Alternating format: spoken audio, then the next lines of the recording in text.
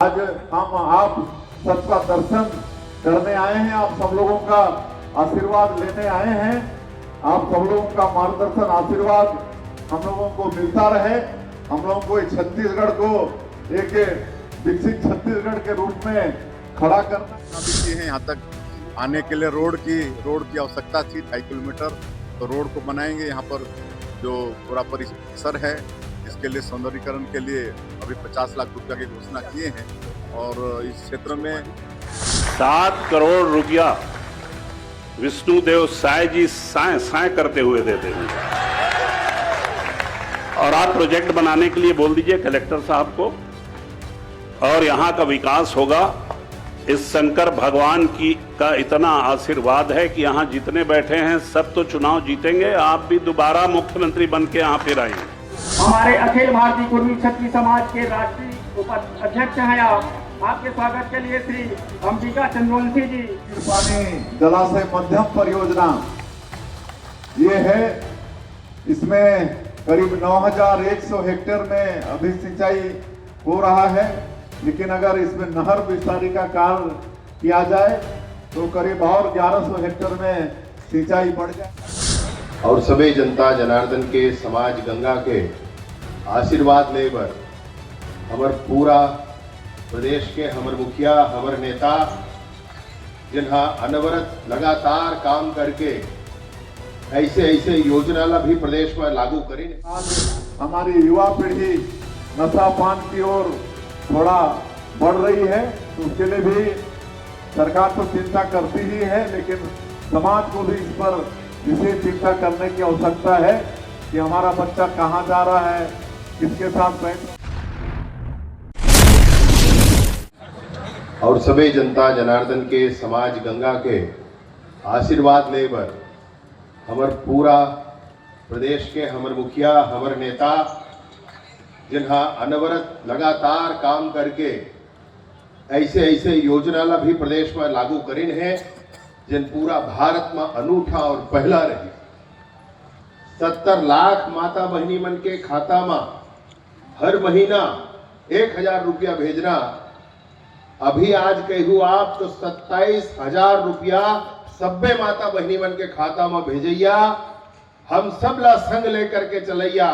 ऐसे आदरणीय माननीय विष्णुदेव साय जी हम सबके बीच में विराजे हैं। भैया मैं निवेदन करता हूं हमारे पूरा संगी संगवारी मन से, महतारी बहिनी मन से एक बार जोरदार ताली के साथ आप उनका स्वागत करते हो, अभिनंदन करते हो।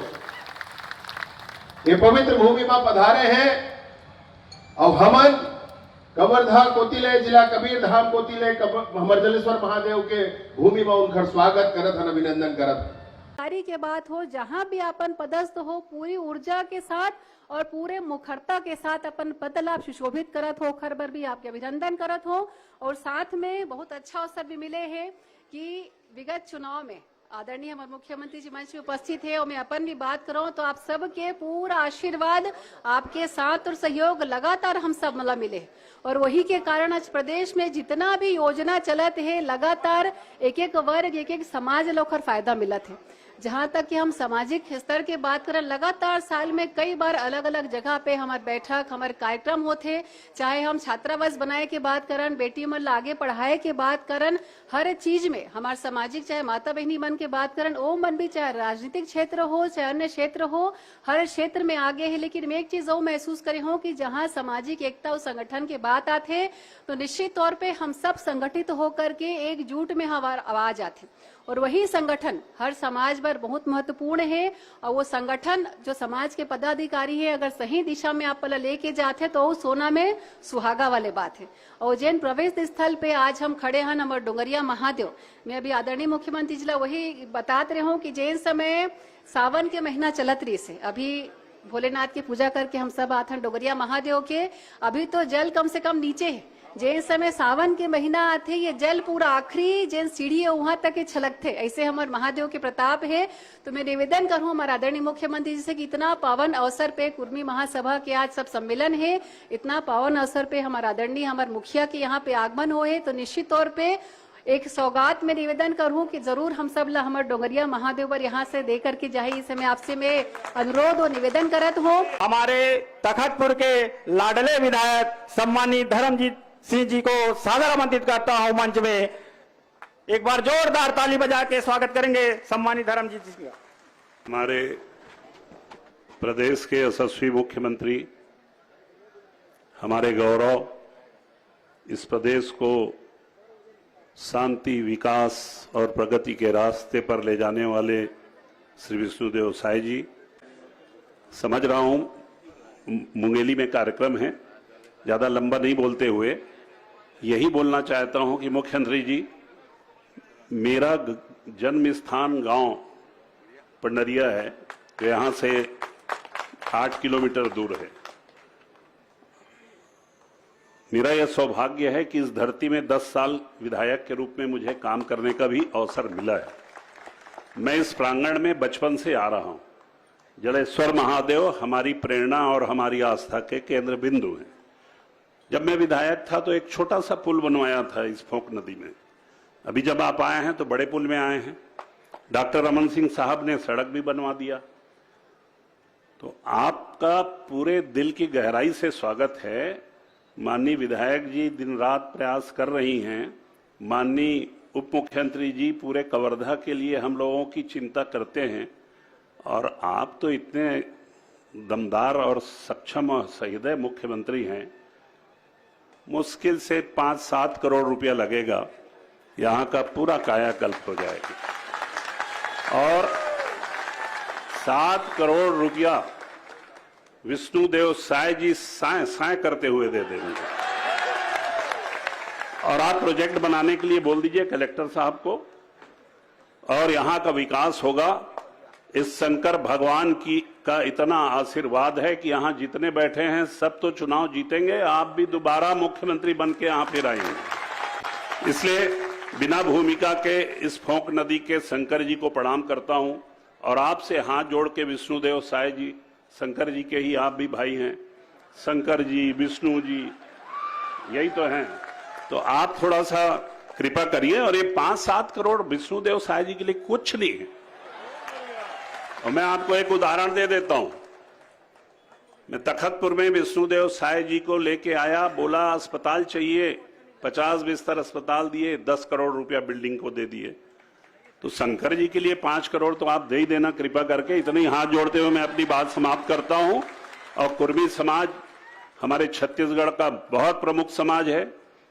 हर गांव में इनकी दखल है, हर गांव में इनका अस्तित्व है, और ये समाज आज बहुत पढ़ा लिखा आगे बढ़ रहा है, और इस समाज के एकता से हमारे छत्तीसगढ़ की एकता और तरक्की होगी, मजबूत होगी। मैं मुख्यमंत्री जी आपसे सिर्फ एक बार फिर प्रार्थना कर रहा हूं, 5 करोड़ 7 करोड़ की चिंता मत करिएगा, आज दीजिए, भगवान के सेवा में आप 7 करोड़ रुपया और लोगों की सेवा करिए। बहुत बहुत धन्यवाद। प्राचीन काल से ही इतिहास ही बहुत गौरवशाली रहा है। छत्रपति शिवाजी महाराज का ये वंशज सरदार वल्लभ भाई पटेल, जो हमारे स्वतंत्र भारत के प्रथम गृह मंत्री हुए, लौह पुरुष हुए, ऐसे सरदार पटेल जी का ये वंशज और भी कितने महापुरुष हुए हैं समाज से। तो ऐसा इस समाज का इतिहास बहुत ही गौरवशाली रहा है, और आज भी ये समाज बहुत ही शिक्षित और समृद्ध और किसानी में एक नंबर। मैं आप समाज के सभी बंधुओं का बहुत बहुत अभिनंदन करता हूं, बहुत बहुत आप लोगों का स्वागत करता हूं। और क्योंकि आज मुंगेली में कई कार्यक्रम है, 4 महापुरुषों का मूर्ति का वहां पर अनावरण है, जल्दी जाना होगा, इसलिए आज मेरा बड़ा सौभाग्य कि यहाँ पर जलेश्वर महादेव का दर्शन यहाँ पर हुआ, जो जल में विद्यमान है और स्वयंभू हैं। इस तरह से बहुत कम जगहों में जल से स्वयं प्रकट होते हैं देवादिदेव महादेव। आज उनका दर्शन हुआ है, उनका पूजन अर्चन किए हैं, और छत्तीसगढ़ की खुशहाली के लिए उनसे कामना किए हैं कि छत्तीसगढ़ में खुशहाली हो, सबके घर में सुख और समृद्धि हो। एक कल सोमनाथ मंदिर, उसमें हमारे देश के यशस्वी प्रधानमंत्री श्री नरेंद्र मोदी जी वहां पर जाने वाले हैं और पूरे देश में विभिन्न जगहों में जहां भी शिवलिंग है वहां से लाइव टेलीकास्ट होगा। तो ऐसा एक कार्यक्रम हुआ है और आप सब लोग देखते हैं कि जब से श्रद्धेय नरेंद्र मोदी जी देश के प्रधानमंत्री हुए हैं तब से हमारे देश में सनातन को बहुत मजबूती मिली है। इसके पहले हम सब लोग अपने को हिंदू कहने में भी थोड़ा भय लगता था, लेकिन जब से प्रधानमंत्री बने हैं आज सनातन बहुत मजबूत हुआ है। आज अयोध्या में 500 साल के संघर्षों के बाद प्रभु श्री राम एक टेंट से भव्य मंदिर में विराजमान हुए हैं और हम छत्तीसगढ़ वासियों के लिए तो बड़ा सौभाग्य का विषय है, क्योंकि प्रभु श्री राम से हम छत्तीसगढ़ वासियों का नाता बहुत ही गहरा है। माता कौशल्या का जन्मभूमि ये छत्तीसगढ़ है, प्रभु श्री राम का ननिहाल है और जब वो भव्य मंदिर में विराजित हुए तो अनेकों तरह से हम लोग छत्तीसगढ़ वाले खुशियां मनाए और हम लोग सरकार में भी निर्णय लिए, क्योंकि प्रभु श्री राम से गहरा लगाव है और सबकी इच्छा होगी कि सब वहां अयोध्या जाएं, प्रभु श्री राम का दर्शन करें, उनका आशीर्वाद लें। इसलिए रामलला दर्शन योजना सरकार में हम लोग शुरू किए हैं। अभी तक 42,000 से ज्यादा राम भक्त इस योजना का लाभ लेके अयोध्या जाकर प्रभु श्री राम का दर्शन करके उनका आशीर्वाद लेकर आ चुके हैं और लगातार ये योजना चालू है। आप सभी लोगों को भी इसका लाभ लेना चाहिए। तो ये सब हम लोग छत्तीसगढ़ से कर रहे हैं। मुख्यमंत्री तीर्थ यात्रा दर्शन योजना ये भी जो बंद हो गया था बीच में, उसको शुरू किए हैं। बूढ़े बुजुर्गों की इच्छा होती है कि अंतिम समय में कोई तीर्थ व्रत कर लें, लेकिन हर परिवार में वो सक्षमता नहीं होती है। तो हम लोग पूरे देश में 19 जगह को चिन्हित किए हैं और हमारे बूढ़े बुजुर्गों को, हमारे माता पिता को वहां का तीर्थ करा रहे हैं। आज मैं सब गिनाने नहीं आया हूं, लेकिन आप लोगों के आशीर्वाद से अभी हमारी सरकार को 2.5 वर्ष पूरे हो रहे हैं और इतने कम समय में जो 2023 के विधानसभा चुनाव में जो वादा हमारी पार्टी का छत्तीसगढ़ की 3 करोड़ जनता से था, माननीय प्रधानमंत्री जी का जो वादा था, उस सबको पूरा करने का प्रयास किए हैं। चाहे वो प्रधानमंत्री आवास योजना हो, चाहे किसानों से किया गया वादा हो। आज 70 लाख माता बहनों को आर्थिक रूप से सशक्त करने के लिए 27 किस्त महतारी बंधन का दे चुके हैं। 18,000 करोड़ से ज्यादा उनके खातों में भेज चुके हैं। सिंचाई का साधन बढ़ा रहे हैं, क्योंकि छत्तीसगढ़ हमारा धान का कटोरा है। अभी ये 2 साल में ही 10,500 करोड़ से ज्यादा नया सिंचाई परियोजना स्वीकृत किए हैं। हर क्षेत्र में तेजी से विकास हो रहा है। रेलवे का बजट 21 गुना बढ़ा है। आज 47,000 करोड़ का परियोजना हमारे पूरे प्रदेश में चल रहा है। 32 स्टेशन को हम लोग विश्व स्तर का बना रहे हैं। सड़क मार्ग में भी आदरणीय गडकरी जी का बहुत आशीर्वाद है। तो ये सब आज डबल इंजन की सरकार होने के कारण केंद्र का भरपूर आशीर्वाद हमारे प्रदेश को मिल रहा है।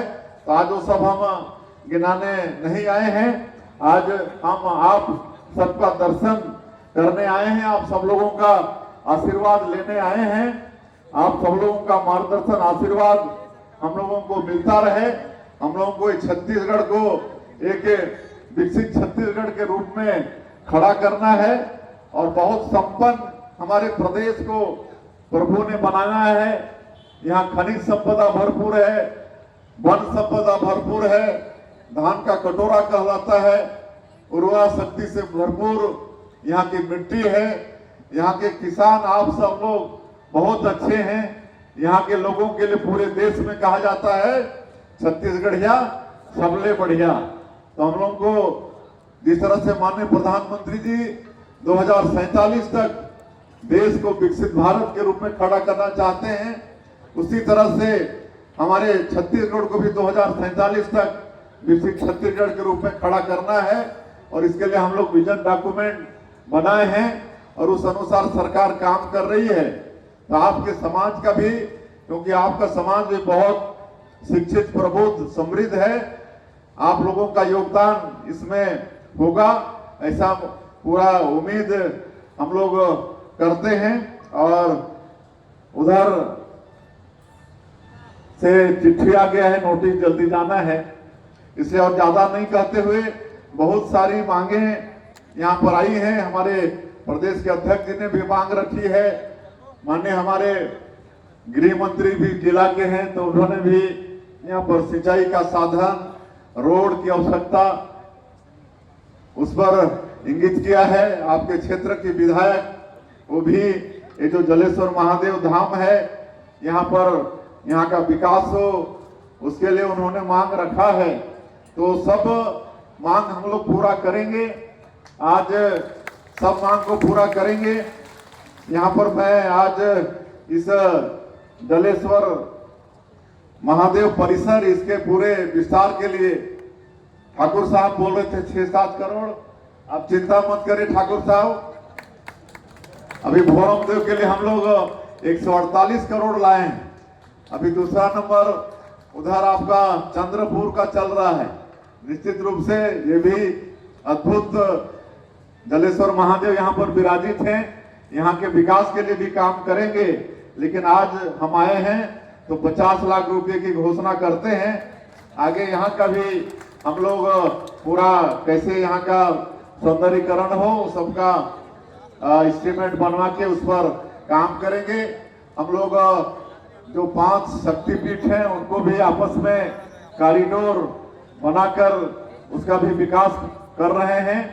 आपका तंतेश्वरी माता दंतेवाड़ा में है, डोंगरगढ़ में बमलेश्वरी माता है, चंद्रपुर में चंद्रहासिनी है, आपके रतनपुर में महामाया है, और उधर सूरजपुर में उधरगढ़ी है। तो ये सब जो शक्तिपीठ है इनको भी जोड़ने का काम कर रहे हैं। और एक यहाँ पर आने के लिए 2.5 किलोमीटर रोड की आवश्यकता है।